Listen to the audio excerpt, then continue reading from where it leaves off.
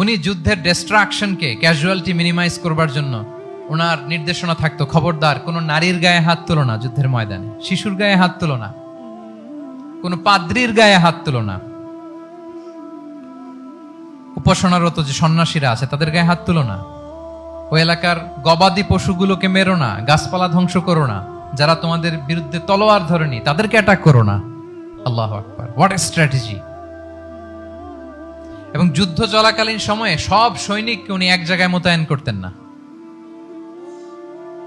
সব সৈনিককে এক জায়গায় মোতায়েন করতেন না, 5 ভাগে ভাগ করে নিতেন।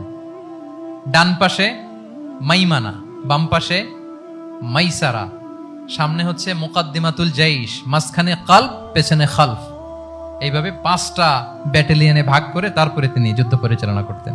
What a war strategy!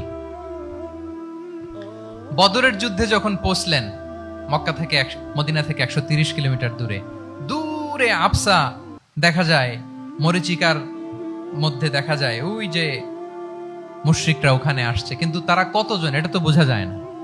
তো কিছু ছেলে এই মরুভূমিতে থাকে, ওদেরকে পানি সরবরাহ করে। এদেরকে রাসূল সাল্লাল্লাহু আলাইহি ওয়াসাল্লাম জিজ্ঞেস করলেন যে কুরাইশরা যে আসছে তারা সংখ্যায় কত, এটা না জানলে তো উনি ওনার ওয়ার স্ট্র্যাটেজি ঠিক করতে পারবেন না, যুদ্ধের কৌশল।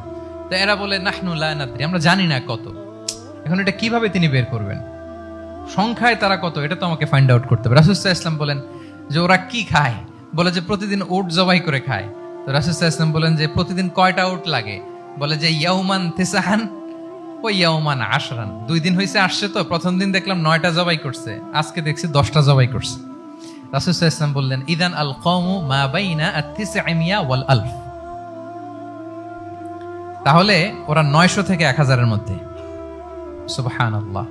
এবার বলেন বদরের যুদ্ধে কুরাইশদের সংখ্যা ছিল কত? আল্লাহু আকবার, হোয়াট এ ওয়ার স্ট্র্যাটেজি! নমুনা দেখে বুঝে ফেলছেন কতজন তারা। এইভাবে রাসূল সাল্লাল্লাহু আলাইহি ওয়াসাল্লাম ওনার স্ট্র্যাটেজি নির্ধারণ করতেন।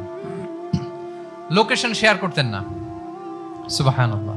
কোথায় যাবেন বলতেন না, চলো চলো বলে ছুটতেছেন। কোথায় যাবেন উনি জানেন। অ্যাটাক করবেন এইদিকে, ডান দিকে, অ্যাটাক করবেন কোন দিকে, কিন্তু মদিনা থেকে বের হতেন বাম দিক দিয়ে। অ্যাটাক করবেন উত্তরে, মদিনা থেকে বের হতেন কোন দিক দিয়ে, দক্ষিণ দিক দিয়ে। যে রাতে হিজরত করবেন মদিনা উত্তর দিকে, উনি দক্ষিণ দিকে চলে গেছেন গারে সাউরে 3 দিন থেকে আগে, ওরা যাতে বুঝতে না পারে। সুবহানাল্লাহ। এটা ছিল রাসূল সাল্লাল্লাহু আলাইহি ওয়াসাল্লামের ওয়ার স্ট্র্যাটেজি। এবং সবাই যেই পথে মক্কা থেকে মদিনা যায় উনি কিন্তু ওই পথে যাননি। ক্যারাভেনগুলো, কাফেলাগুলো যেই পথে মক্কা থেকে মদিনা ইউজুয়াল রুট যেটা, যাননি। সাওয়াহিলি পথে, সাগরের পাশ দিয়ে স্পেশাল একজন গাইড ভাড়া করে